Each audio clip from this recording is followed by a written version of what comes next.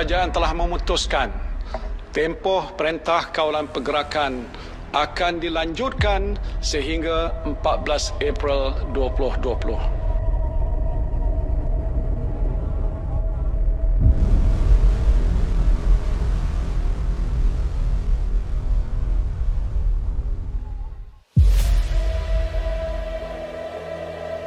Wira tidak didendang.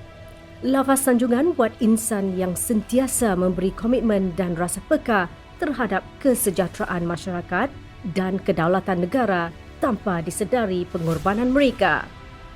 Tidak terkenal, namun mereka juga antara penggerak barisan hadapan sepanjang pandemik COVID-19 berlangsung.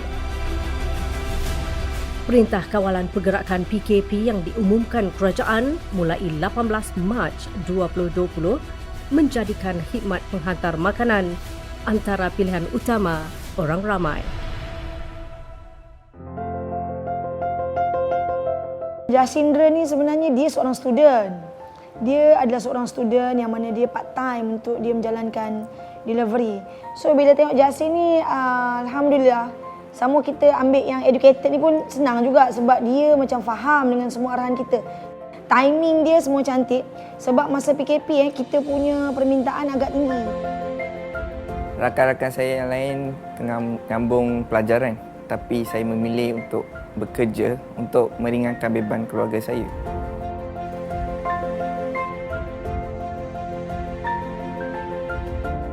Sedar akan bahaya keluar sepanjang PKP ini, Jasindran tidak mengabaikan saranan pihak berkuasa agar sentiasa menitik beratkan aspek kawalan dan pencegahan bagi memutuskan rantaian COVID-19. Anak kelahiran Puchong, Selangor dan abang sulung daripada dua adik-beradik ini memulakan rutin harian pekerjaan sambilannya mulai pukul 8 pagi. Okey, pertama memang kita punya kedai memang kita bagi dia sanitizer. Kita akan bagi dia mask, kita akan bagi dia sarung tangan. Itu benda wajib. Sebagai penghantar makanan, Jasindran bukan sahaja perlu sentiasa bersedia dengan cuaca yang tidak menentu, malah sabar menghadapi pelanggan yang berbagai ragam. Namun ia bukan penghalang buat dirinya untuk memberi perkhidmatan terbaik kepada orang ramai. Pelajar diploma jurusan kejuruteraan otomotif ini menggunakan keretanya sendiri untuk membuat penghantaran. Saya rasa memang puas dan letih juga. Tapi keletihan saja akan terbalas apabila melihat senyuman daripada pelanggan, kegembiraan mereka apabila saya hantar barang dekat dia. Saya yakin, kita percaya pada cucu. Dia hantar makanan untuk yang masih COVID. Kita pun takut juga sebab ini sakit lumayan teruk. So kita orang ajar dia jaga diri. Kecekalan Jasindran mendepani cabaran sebagai penghantar makanan khususnya semasa PKP fasa 1 hingga 4 selama hampir 2 bulan banyak membantu meringankan beban ekonomi keluarganya. Pendapatannya ketika itu menyamai gaji bulanan seorang eksekutif kanan.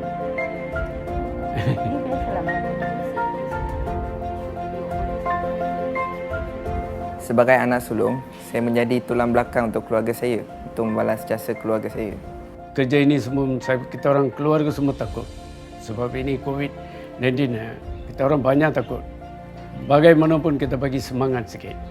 Saya selalu kata safety first. Mungkin awak keluar, balik lampat, bagi tahu sebelum 2 jam ke atau 3 jam, terlalu telefon. Di mana berada, kita nak tahu. Tanggungjawab yang dimainkan oleh penghantar makanan begitu bermakna, khususnya di sepanjang tempoh PKP berlangsung. Sistem komunikasi yang canggih menerusi aplikasi dalam talian hanya memerlukan pelanggan membuat pesanan dan menunggu penghantarannya di rumah. Sebenarnya semua frontline ni, especially yang delivery saya memang begitu berbangga dan juga macam respect habislah dekat dia orang. Sebab contohnya saya sendiri pun, saya nak beli ikan, saya nak beli buah, semua saya main phone masa tu. Biarpun negara sudah memasuki fasa pemulihan, prosedur operasi standard kawalan keselamatan dan kesihatan diri serta penjarakan fizikal antara aspek penting dalam pembudayaan norma baharu dalam kehidupan seharian. Dalam hal ini, khidmat penghantar makanan dilihat banyak membantu masyarakat meminimumkan pergerakan keluar rumah. Mereka antara barisan hadapan dalam mengekang penularan wabak COVID-19. I respect him very much because kalau umur ini mungkin banyak anak-anak semua duduk dalam, tapi dia semangat. I respect semua all frontliner. Penghantar makanan berperanan penting dalam memastikan keperluan masyarakat mencukupi dan dapat menjalani kehidupan seperti biasa. Pengorbanan mereka wajar dihargai. You take your precaution. That is our big choice. Ada di antara rakan-rakan saya memanggil saya sebagai frontliner.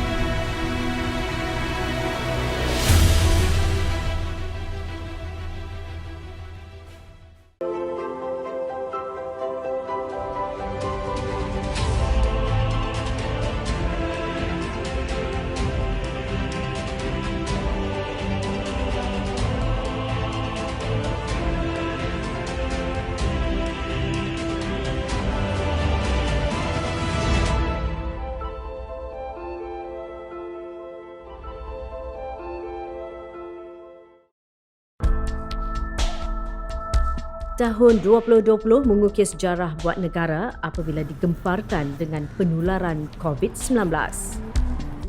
18 Mac, segalanya berubah. Demi kesejahteraan dan keselamatan rakyat Malaysia, kerajaan mengeluarkan Perintah Kawalan Pergerakan PKP bagi mengekang wabak daripada terus tersebar.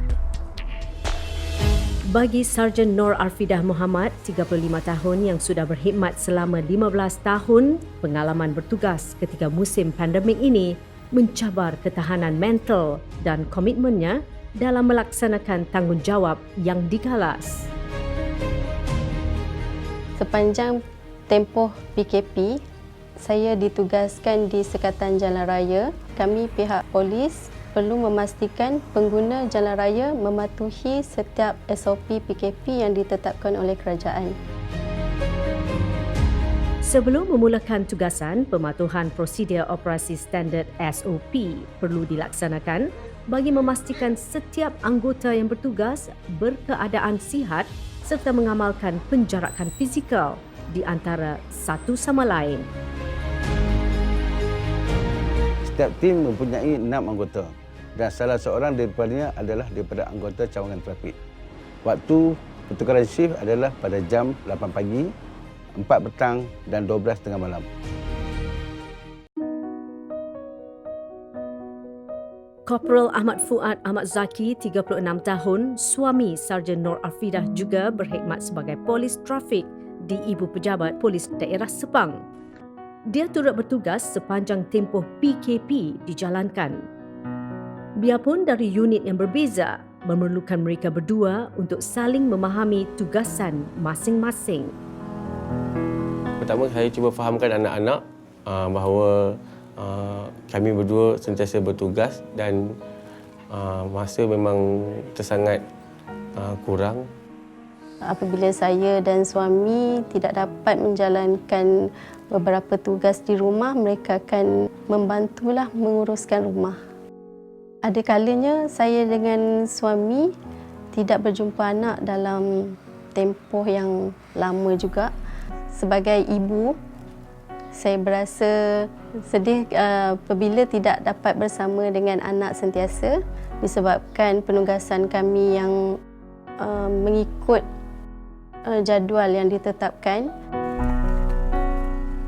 Korporal Ahmad Fuad berpandangan suami isteri perlu bertoleransi berikutan komitmen di tempat kerja, apatah lagi sepanjang PKP berlangsung. Di samping kesibukan bertugas, tanggungjawab menguruskan keluarga tidak diabaikan. Memang tak jumpa isteri di rumah dan saya akan lepas habis kerja tu, tugas tu saya akan ambil anak saya. Dan kadang-kadang pengasuh juga memang memberi kerjasama yang amat baik. Bagi saya tak ada masalah mengasuh anak mereka. Saya anggap anak-anak mereka ni macam saya jaga anak-anak saya sendiri. Anak-anak ni paling suka, dia orang suka main Lego. Jadi kadang-kadang saya sendiri join dia orang main. Sebagai pengasuh, Siti Marni, 35 tahun, sedar dia turut terdedah dengan risiko jangkitan berikutan tugas harian Arfidah dan suami yang sentiasa berhadapan dengan orang ramai. Namun, aspek pembudayaan norma baharu kehidupan memberi keyakinan buat dirinya untuk membantu menjaga anak mereka.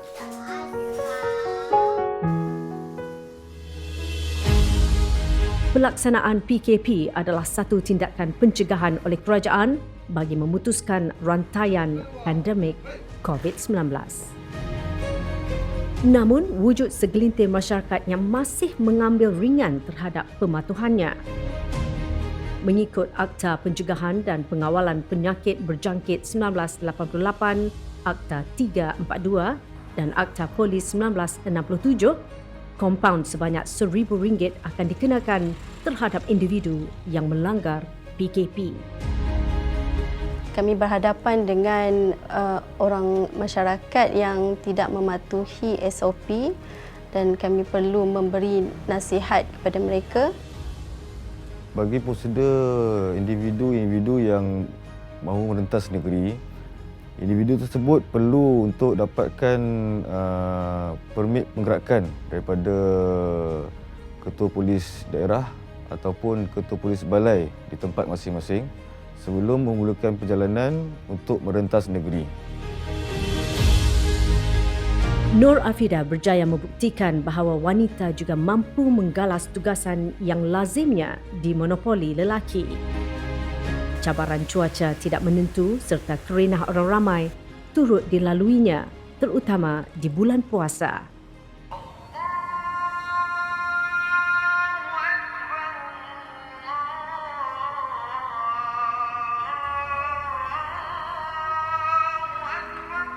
Pengalaman berbuka puasa di lokasi adalah satu pengalaman yang tak dapat dilupakanlah.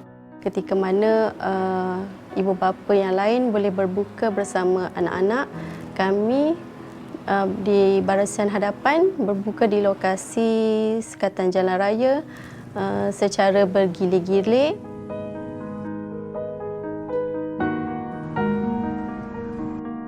Bertugas di luar mendedahkan diri Arfidah dengan jangkitan virus COVID-19. Keadaan ini membuatkan dia perlu sentiasa berwaspada dan menjaga kebersihan diri sebelum mendekati ahli keluarganya.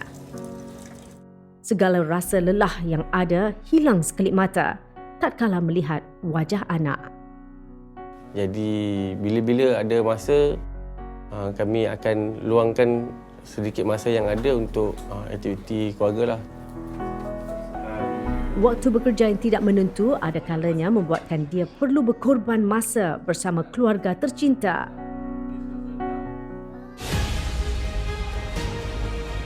Dan kami sangat berharap masyarakat Malaysia sentiasa mematuhi SOP yang ditetapkan oleh kerajaan bagi menangani penularan wabak COVID-19 daripada terus merebak. Komitmen terhadap kerjaya adalah atas rasa cinta mereka berdua terhadap negara demi memastikan kemakmuran dan keselamatannya sentiasa terjamin sama ada menghadapi musuh yang nyata atau tidak seperti virus COVID-19.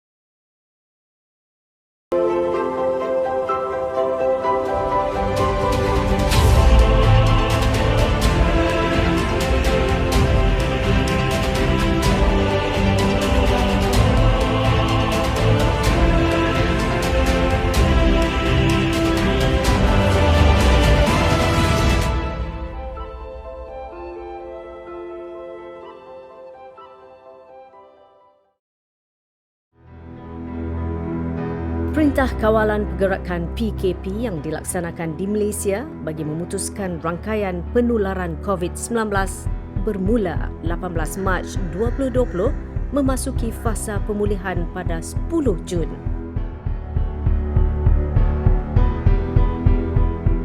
Pekerja sektor kesihatan antara petugas Barisan Harapan yang memberi komitmen padu tanpa mengira waktu.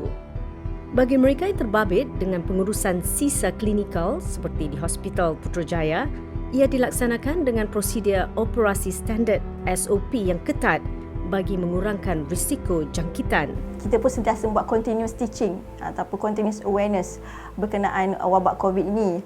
Jadi mereka semua cuba mengikuti SOP yang telah pun dikeluarkan daripada KKM. Wabak ini kita tahu sentiasa berevolusi, jadi mereka perlu sentiasa update dengan info-info terkini lah.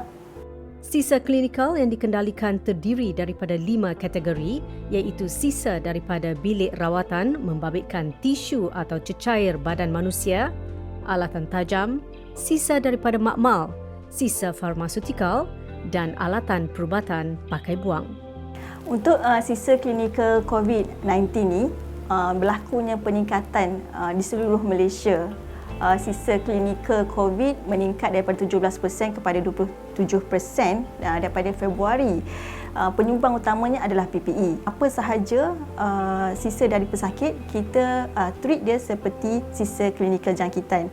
Ini termasuk juga bekas makanan mereka, disposable instrument mereka dan juga PPE yang dipakai oleh petugas kesihatan semasa merawat mereka.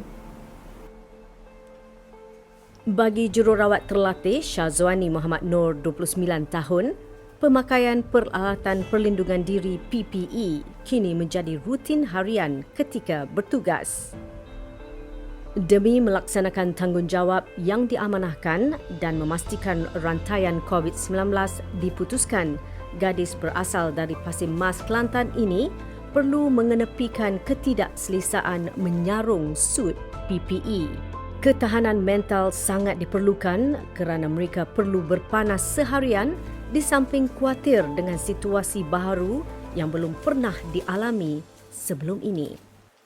Sebelum wabak, kita just memenuhi SOP dan PPE untuk pesakit-pesakit yang tertentu. Dan bila wabak keadaan macam ni, kita terpaksa pakai full PPE walaupun hanya 1 jam. Penuh dengan peluh apa semua sekali. Bila kita nak settlekan setiap tugasan dalam masa yang sama, kita akan buat sekali arung untuk habiskan. Contoh nak bagi ubat, nak check vital sign, apa semua sekali. Kita nak tukar baju pesakit, pampers, kita akan tukar semua sekali. Sebab kita nak kejar masa, sebab bukannya senang, bukannya mudah untuk pakai full PPE. Bagi pembantu perawatan kesihatan, Nur Hidayah Abdul Jalil Anwar pula, antara rutin tugasan hariannya membabitkan penjagaan pesakit, penyediaan peralatan, mengambil dan merekod data pesakit.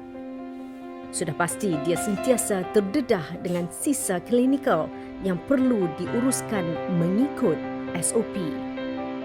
Sepanjang berada di ward, saya dapat melihat setiap petugas melakukan SOP yang diberikan dan dapat mengawal setiap tingkah laku dalam membendung COVID-19 ni. Tanpa kerjasama daripada petugas sisa klinikal, kita tidak akan dapat memastikan proses pembuangan sisa klinikal berjalan lancar. Kerjasama daripada semua pihak dalam mematuhi SOP pengurusan dan pelupusan sisa klinikal diberi keutamaan bagi mengelakkan risiko jangkitan wabak COVID-19. Ia bagi mengelakkan sesiapa sahaja sama ada kaki tangan hospital, pekerja konsesi sisa klinikal mahupun pesakit yang mendapat rawatan di hospital mendapat jangkitannya.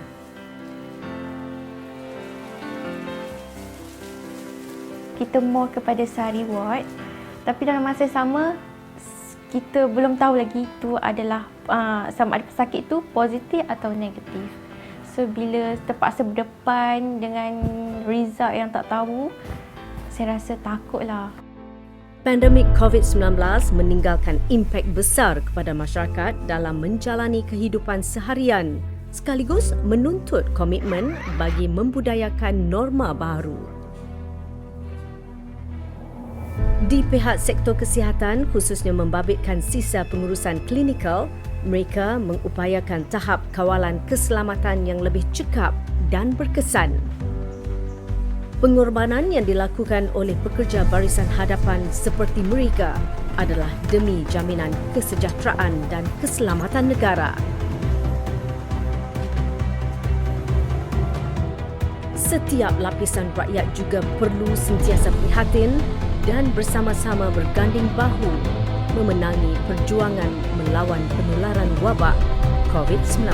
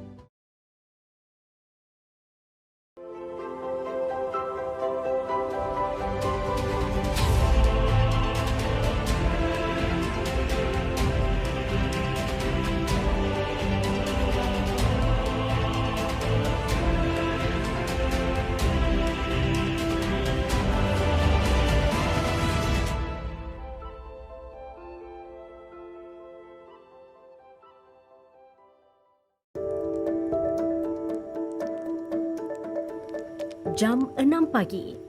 Di keheningan suasana pagi, saat insan lain masih lena di ulit mimpi, ada di antara kita sudah keluar mencari rezeki demi kelangsungan hidup. Peranan saya dalam Al-Flora melakukan kerja-kerja pembersihan awam. Tugas kami sebelum wabak ni adalah mengikut SOP kerja yang telah diberikan oleh company lah. Manakala pandemik COVID ni kita telah SOP kita telah dipertingkatkan, maksudnya telah tambah baikkan melalui saranan-saranan melalui KKM, Kementerian Kesihatan Malaysia dan pihak-pihak agensi berkaitan lah. Ditubuhkan pada tahun 1995, Alam Flora antara syarikat yang melakukan perkhidmatan pengurusan persekitaran sepanjang tempoh PKP berlangsung. Antara tugasan yang dilakukan sewaktu musim pandemik ialah proses sanitasi bagi memutuskan rantaian COVID-19. Perjalanan sanitasi, biasanya kami akan mendapat maklumat terlebih dahulu daripada pihak pengurusan Alam Flora, kawasan-kawasan yang perlu disanitasi. Jadi kami akan memastikan semua kelengkapan telah disediakan terlebih dahulu dan membuat persiapan awal pagi untuk memastikan peralatan, semua PPE sempurna untuk diserahkan kepada pekerja. Kami juga akan menyediakan peta laluan yang perlu disanitasi oleh pihak Alam Flora bagi memastikan tiada satu pun kawasan yang tertinggal semasa proses sanitasi dilakukan. Terpilih berkhidmat sewaktu PKP, Jamsari Muhammad, 38 tahun, beriltizam melakukan amanah yang diberi dengan sebaik mungkin. Pemakaian peralatan perlindungan diri PPE amat ditekankan untuk mencegah diri daripada terdedah dengan risiko jangkitan virus. Kerja hakiki saya bahagian pembersihan longkang. Dan bila tibanya COVID, kami di Alam Flora dipanggil untuk basmi COVID-19 ni. Terdedah dengan risiko yang tinggi bukanlah pematah semangat buat dirinya. Malah dia merasa bersyukur kerana dapat menyumbang tenaga dalam mengekang penularan COVID-19. Apabila COVID-19 melanda di Malaysia ni, kami dipanggil oleh Kementerian Kesihatan Malaysia untuk membantu membasmi COVID-19 di Malaysia ni. Kami membantu dengan membasmi kuman di mana tempat yang menjadi wabak gula merah lah.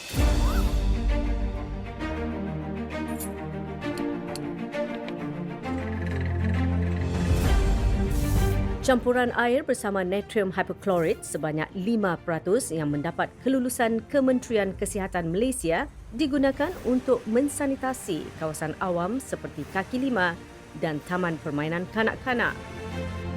Aktiviti semburan biasanya dilaksanakan bermula pukul 8 pagi. Setiap semburan yang dijalankan, ketinggian semburan itu mestilah melebihi 8 kaki yang boleh dicapai oleh penduduk. Jadi setiap semburan itu mestilah melebihi dari had yang telah ditetapkan oleh pihak KKM. Semua kerja-kerja sanitasi tersebut dilakukan oleh pekerja-pekerja yang telah diberi latihan yang secukupnya sebelum mereka masuk ke lapangan untuk melakukan sanitasi. Setelah 16 tahun berkhidmat, pengalaman bekerja sewaktu musim pandemik COVID-19 ini memberi cabaran baru dan tersendiri buat Khairul Azhar Mahat, 45 tahun. Dia perlu memastikan dirinya sentiasa disanitasi kerana ada kalanya tugasan yang diberi melibatkan kawasan zon merah. Pada saya memasuki zon merah COVID ni adalah satu cabaran jugalah. Dan antara cabaran-cabarannya kita terpaksa risiko-risiko tentang penularan wabak lah. Jadi itu salah satu. Di antara lainnya ialah kita bagaimana kita nak memastikan piawaian semburan seperti yang mahu ditetapkan oleh agensi lah.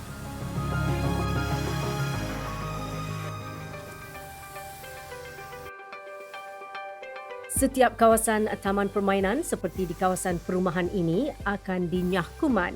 Setelah selesai prosesnya, setiap pekerja yang terbabit akan mensanitasi diri sendiri sebelum membuka PPE.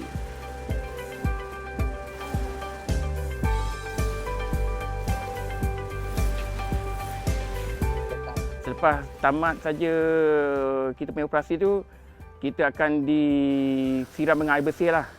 Satu badan akan siram air bersih dan baju yang kita pakai tu akan dibuang dalam plastik kuning dan selepas tu kita akan membersihkan diri kita lah.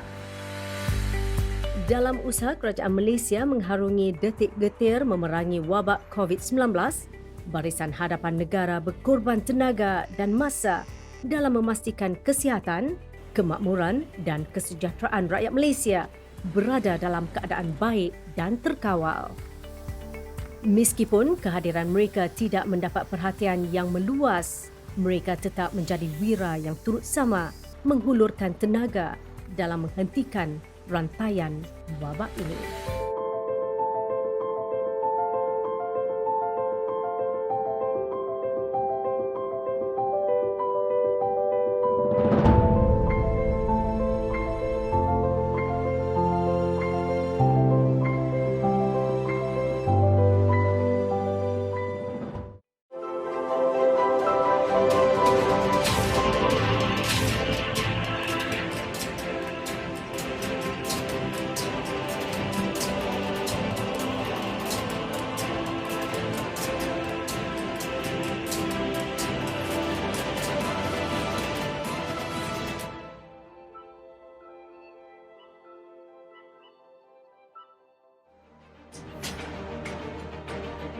China says the number of people infected by a mysterious respiratory virus has more than tripled over the weekend.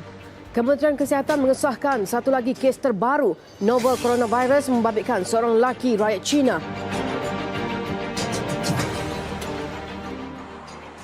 Semasa Perintah Kawalan Pergerakan PKP berkuat kuasa mulai 18 Mac 2020, tenaga kerja dalam perkhidmatan penting seperti telekomunikasi dan penyiaran perlu meneruskan tugas.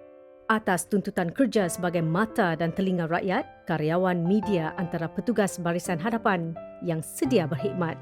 Kementerian Komunikasi ini sendiri ni, kita nasib baik ada RTM untuk siarkan, maksudnya TV masih berfungsi, wajib berfungsi. Kalau tidak, rakyat tak akan dapat maklumat. Finas kena create konten. Kalau tak ada konten, tak ada keluar. Jabatan Penerangan kena turun padang juga, sekurang-kurangnya guna unit tu untuk lalu nasihatkan orang ramai yang tolong berada di rumah, tolong hormati arahan-arahan kerajaan.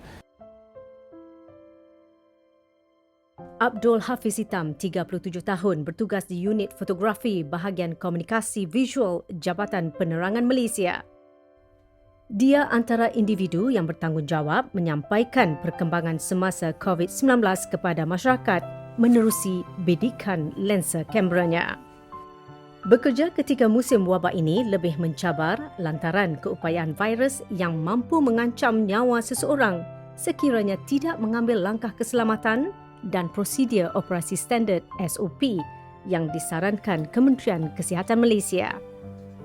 Selain memastikan kebersihan dan keselamatan diri, peralatan kamera juga perlu disanitasi semasa hendak keluar atau selepas pulang bertugas. Saya pernah dengan rakan Cik Fahmi, kita pergi ke Kampung Baru. Penduduk Kampung Baru kena pergi buat testing COVID.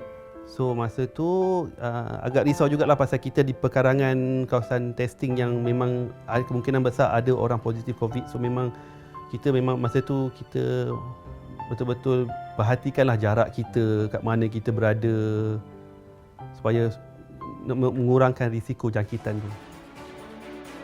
Topik COVID-19 serta-merta menjadi tumpuan dan carian utama khususnya di media sosial. Sekaligus peranan jurufoto amat penting bagi mengabadikan momen yang berlangsung di sesebuah sidang media atau lokasi peristiwa bagi mengukuhkan lagi liputan atau sebaran informasi yang diterbitkan jabatannya. Bapa kepada 3 orang anak ini perlu merakamkan situasi sebenar keadaan di jalanan bagi memperolehi bahan berita yang sahih, tepat dan menyeluruh. Di saat individu lain berkurung di dalam rumah semasa PKP, dia bertungkus lumus menyediakan tugasan untuk memastikan masyarakat disajikan dengan informasi dan situasi terkini pandemik. Hari pertama PKP tu memang kita pun tak pernah menghadapinya. Assignment banyak, tugasan banyak datang daripada telefon, daripada pusat bilik gerakan kita di KKMM. Contohnya macam diorang nak gambar aktiviti di rumah, pembelajaran di rumah, macam mana benda tu berlaku, dan aktiviti-aktiviti yang berlaku yang semuanya kena lockdown di rumah kan. Dan gambar-gambar tu kebanyakannya diorang akan gunakan untuk dimasukkan untuk infografik, info yang tiap-tiap hari yang dikeluarkan di bilik gerakan. Komitmen memberikan hebahan informasi berkaitan COVID-19 yang tepat dan berkesan kepada masyarakat hasil daripada kerjasama yang baik di dalam pasukan. Sebagai Ketua Jurufoto, Mazwandi Adnan sentiasa memastikan kesemua tugasan kaki tangan unitnya mematuhi arahan keselamatan dan SOP yang ditetapkan bagi mengekang penularan COVID-19. Jurufoto seperti mereka juga perlu sentiasa berhati-hati, khususnya membabitkan pematuhan penjarakan fizikal kerana perlu bersaing dengan petugas media lain bagi mendapatkan sudut terbaik semasa membuat sesuatu liputan. Setakat masa COVID tu, kita sebagai media, kita membawa kad perakuan media memang diberi keutamaan untuk masuk kawasan-kawasan yang dibenarkan. Contohnya kalau lepas roadblock, kita lepas ikut kawasan laluan khas. So far memang pihak berkuasa memang bekerjasamalah dengan pihak media untuk membuat liputan semasa COVID. Larangannya cuma kita jangan terlampau rapat dengan barricade yang ada, supaya kita tak nak apa-apa risiko yang terjadi, benda yang terjadi. So kita aku pada arahan polis dan tak ada masalah. Pada awalnya memang masing-masingnya semuanya takut nak keluar sebabnya dengan COVID tu kita tak nampak dia. Utamakan pesan kat dia orang kepada mereka jaga keselamatan, ikut arahan polis, tentera dan doktor-doktor yang ada di situ untuk kita buat liputan. Dan saya pesan juga kepada mereka sebab gambar-gambar kita ni kita perlukan untuk sebarkan kepada rakyat dan biar rakyat tahu dan tak panik, dan apa yang visual-visual yang kita rakamkan dan disebarkan, dia orang akan tengok macam tu, macam ni bendanya daripada segi visual. Dalam melahirkan sesebuah berita atau informasi untuk hebahan kepada masyarakat, ramai kalangan petugas media yang terbabit termasuklah jurufoto. Mereka bukan sahaja perlu berada di medan lapangan, malah berkejar dengan waktu untuk memastikan maklumat dan perkembangan semasa dapat disampaikan dengan tepat dan segera. Mereka wira tak didendang yang sentiasa tekun menyajikan liputan perkembangan semasa untuk tatapan kita semua tanpa mengira waktu.